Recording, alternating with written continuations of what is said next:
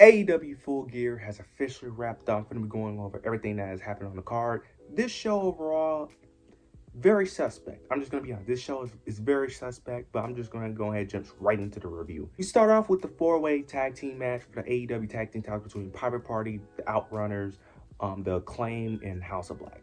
I'm not going to speak too much on this match, really, because the match was just, it was whatever. It was a whatever match, but the Private Party ends up taking the victory. The main thing they were telling was the Acclaim with Max Caster slowly and slowly becoming more and more of a heel. He's doing more heel tendencies and is showing possibly the breakup of the Acclaim. I don't really know how I feel about that because I could see it working, but I could also see it not working. But the Acclaim do need something new. I don't know if that's a heel turn for both Max and or Bowens, or just them breaking up in general. But I haven't been really paying attention to that story. They've probably been telling that story on Collision and Rampage. I don't watch Collision and Rampage because it's just a waste of time, in my opinion. But overall, it was just a whatever match, but Private Party ends up retaining their AEW tag team titles. The next match we got is MJF versus Roderick Strong. This match, again, it was just there. Like, it was okay. Like, it was fine. MJF ends up winning by tapping out Roger Strong, which I did like. I did like that MJF didn't have to cheat, because I'm like, he shouldn't have to cheat to against Roger Strong. But he ends up tapping him out. Then after the match, he ends up attacking him. This leads to Adam Cole coming out. MJF runs away. Then you end up getting Kyle O'Reilly ends up coming in the aid of Roger Strong, and he basically confronts Adam Cole, continuing that storyline. Again, this was whatever. I'm going to be honest here. I really didn't care for it. We all eventually are just waiting for eventually MJF and Adam Cole to eventually have their match, eventually their fight building up towards World's End. But the Kyle O'Reilly stuff, I just could care less. I really could care less. I really don't even think it really makes that much sense, if I'm being honest. But we'll just have to see how that story plays up. But yeah, MJF ends up picking the victor over Roger Strong. Now we get the TBS Championship match between Mercedes Moné and Chris Statlander. This match was a banger. This match was a banger. This match was amazing. This match actually got me invested because I really didn't care about this match. I did not care about this match at all, but Mercedes and Chris Statlander put on a banger of a match. This match was really great. I will say this.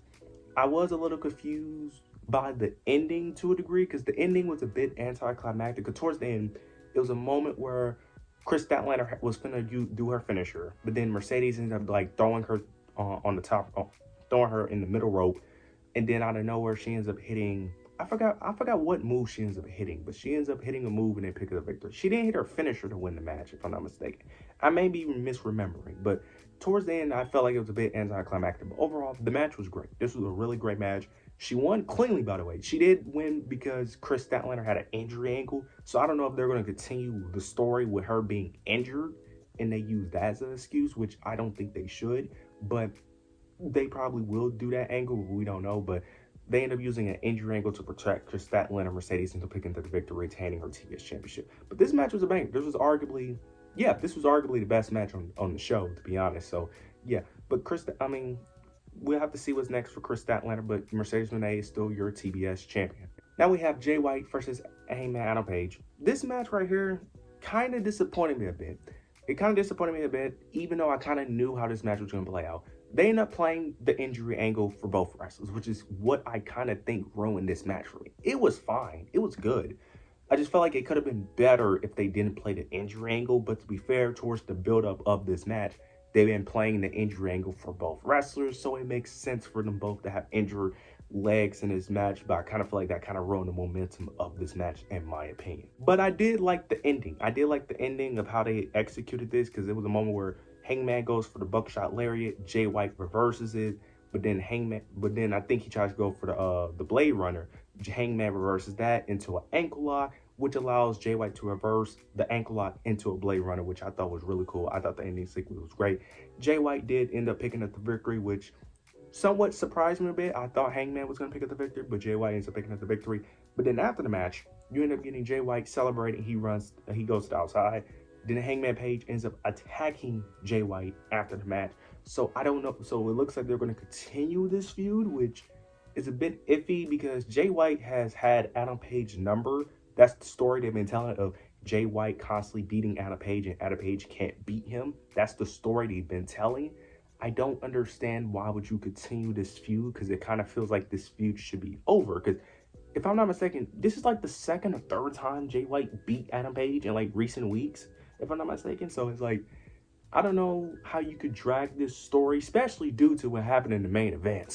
So I don't know how you're gonna drag this story, but I'm interested to see where this goes. But I was very shocked that they went with this route. But yeah, Jay White ends up beating Heyman Adam Page. Now we end up getting Will Ospreay versus Kyle Fletcher, and this match delivered. I love what they did in this match. This match was great. We had some very cool spots. It was one spot where Kyle Fletcher ended up hitting a tombstone off the ring apron onto the steel steps. That was very sick. I think there was another spot where Kyle Fletcher was trying to go for a brain buster off the top rope, but then out of nowhere, Will Ospreay is reversing it and going into a style clash.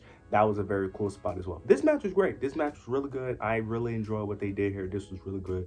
And the right person ends up winning, which I am very happy that they made Kyle Fletcher win, because Kyle Fletcher needed this victory. He needed this victory. One thing I will say is they actually allowed him to win cleanly here, which is very surprising. I was very surprised that Kyle Fletcher won cleanly, because I thought they was going to have him cheat. I thought Don Callis was going to interfere, but no, they have him win cleanly, which was a good thing.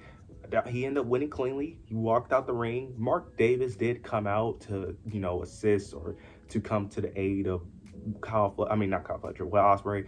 No one really cared. They need to turn him heel. They need to turn him heel. I'm just gonna be honest, man. I don't know if I said that in one of my reviews, but yeah, they need to have Mark Davis team up with Kyle Fletcher, because no one cares about Mark Davis, man. Him being Will Ospreay is not going to do any favors for him. He needs to turn heel, and he needs to join Kyle Fletcher. He needs to turn heel and join Kyle Fletcher, because him being with Will Ospreay is doing him no favors. But Kyle Fletcher picked up the victory. This is great. And he won cleanly, so there's no cheating angle. I like this. I like this a lot, man. But Kyle Fletcher ends up beating Will Ospreay, and I can't wait to see how this story progresses. Now we get Mariah May. She has her celebration. Okay. She's celebrating with Mina Shirakawa. Mina Shirakawa, they got the champagne. Mariah is right behind her, and then she tries to attack Mina Shirakawa. Mina Shirakawa ends up seeing it, ends up avoiding it, and then Mina Shirakawa ends up spearing Mariah May through a table. I'm going to be honest here. I knew something was going to happen, but I'm going to be honest. If this was the build-up towards her celebration, this could have been happened. I don't understand why we needed 3 months of a Mariah May celebration. We had to wait 3 months for her to turn on Mina. Look, I'm happy that they finally gave her a big story, because this is going to be the biggest story she's been since her AEW title run, because the other stuff was just ridiculous. So it took them 3 months to finally give her a story. But yeah, I don't understand why we had to wait 3 months for this. This could have been done on Dynamite. Now, I like the angle. I will say that. I do like the angle of Mariah turning on Mina, but did we really have to wait 3 months for this? Like, this could have been happened. Like, did we really need to wait 3 months for her to turn on Mina? Like, we could have been had this. It's not like she had important feuds. It's not like she had big feuds that was in the way. No, we could have been had this. I'm glad that we had it, but did we have to wait 3 months for this? Like, I like the angle, but 3 months is insane for this celebration. But finally, they gave something to their AEW's Women's World Champion. They finally gave her a story. We'll see how this plays out. Hopefully it delivers, but we did not need to wait 3 months for this. But Mariah turns on Mina, and we'll see how this plays out. After the celebration with Mariah May, the crowd was dead for the second half of the show. The second half of the show, the crowd was dead. Because after this, we ended up getting Dan Garcia and Jack Perry, and bro, the crowd was so silent for this match. And to be fair, I was silent for this match, because this match was whatever. It was cool. It was just a match. Dan Garcia ends up picking up the victory. Thank God he won, because if he would have lost, that would have just been bad for him. But he ends up picking up the victory, dethroning Jack Perry. He is now your new TNT champion, and we'll see what he does. Don't really have much to really say about this, because to be honest, because people have been wanting Dan Garcia to finally win something for a while. He finally does, and plus, I don't really have to say much, because this match was just whatever. It was just a whatever match, in my opinion. But Dan Garcia is your new TNT champion, and we'll see how this plays out. We end up getting the international championship between Ricochet and Konosuke Takeshita. They announced this match, I swear to God, 2 to 3 days ago. They announced this, a couple days after Dynamite, if I'm not mistaken, which was weird. They should have just announced it on Dynamite on Wednesday. But nonetheless, this match was dead, too. Now, the in-ring work was good. It was really good, but I was just confused on why this match happened so late, and then the crowd was just dead. Like, after the Mariah May celebration, the crowd was just dead. Like, the crowd was barely making a reaction. But Konosuke Takeshita won cleanly here. He won cleanly, so I don't know what you do at Ricochet after this point, because Ricochet already lost 3 times for the AEW International Championship. Yeah, he lost. Well, he didn't lose against Will Ospreay. The Will Ospreay match is gone. Konosuke cost him. Then he lost the triple threat match, and now he lost this match clean. So I don't know what you do with Ricochet after this. And then it was a moment also where Don Callis came out to come out to help, but he didn't do anything. Like, he got off commentary and they made it like a big deal, but he didn't do anything. So I don't know why they did that. But Konosuke retains his international championship, and we'll see how this story plays out. But I was a little confused on Don Callis, and I don't know where Ricochet goes from here. But I'm glad that Konosuke Takeshita picked up the victory. Now we end up getting Swerve Strickland versus Bobby Lashley. Not going to speak too much on this match. This was basically a squash match. Bobby Lashley dominated Swerve, and I enjoyed it. It did exactly what it needed to do. Bobby Lashley destroys and dominates Swerve Strickland. It did exactly what it do. Have a dominant, well, not debut because they ruined that, but a dominant first AEW pay-per-view. And it did everything it needed to do. You use Bobby Lashley the way he's supposed to be used, as a dominant force. Very interested to see how this story progressed, because with Swerve getting dominated, I don't know if he's going to try to come back, or potentially him joining the Hurt Business and then eventually getting his revenge later down the road by that route. But either way, I'm interested to see how that plays out. Now we're going to go to this main event, because this main event, oh my God, this main event was all over the place. Okay. It started off with Orange Cassidy doing 3 orange punches like 30 seconds into the match, which was ridiculous. But then afterwards, Jon Moxley basically dominates like 70% of the match, with Orange Cassidy getting a little bit of a comeback towards the end. Then he's bleeding and all that. Jon Moxley's dominating. Then towards the end of the match, you end up getting the interferences from Blackpool Combat Club. The Death Riders, whatever you want to call them, right? You end up getting interferences from them, if I'm not mistaken, right? All right.